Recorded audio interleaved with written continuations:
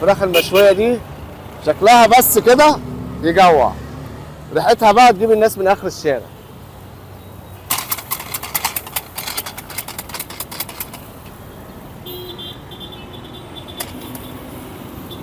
قول لنا بقى على سر ان الفراخ المشويه عندك. والله سر الفراخ عندي او الخلطه عندي ان انا بعملها قريبه من البيت شويه، طبعا ده غير انها بتتميز بتوابل تانية غير التوابل اللي بتبقى معتاد عليها في البيت كده يعني.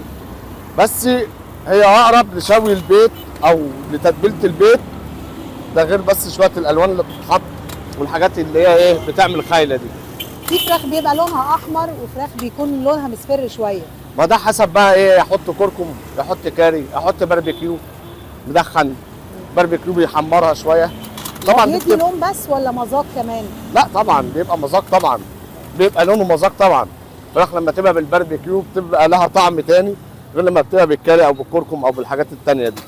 دي طبعا خلطه انا بعملها انا على ايدي، بصممها على ايدي. هي عباره عن بصل وطماطم وخلطه كده سريه كده يعني محدش يعرف عنها حاجه، ده غير شويه توابل برضو ايه نفاذه شويه ان هي تعمل ريحه حلوه وتدي طعم جميل.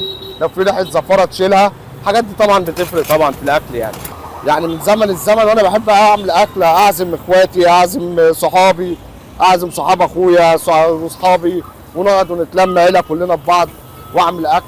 طبعا الكبده دي كانت من ضمن الحاجات المميزه اللي انا بعملها، لكن بالنسبه للاكل انا بعرف اعمل اي اكل الحمد لله، ما مش محتاج ان انا استنى ان انا اعرف حاجه من حد او حاجه زي كده.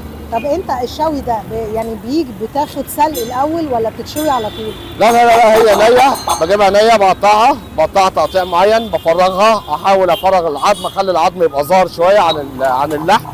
ده طبعا عشان ما لو في زفاره في دم في اي حاجه بتنزل، طبعا الحاجات دي لازم ان انا افرغها واقطعها بحيث انها تبقى برضه حجمها مناسب. في ناس بتقول ان الفراخ بتتسلق الاول قبل الشوي.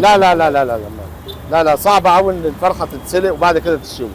لا ممكن تتشوي فرن، لكن تتشوي على الشوايه فحم لا، صعبه جدا جدا جدا الحكايه دي يعني.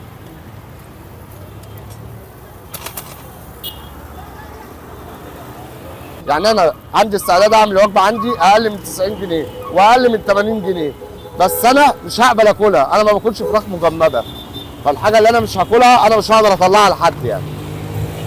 انت تقصد ان سعرها بيزيد شويه عشان فراخ عشان فراخ فريش.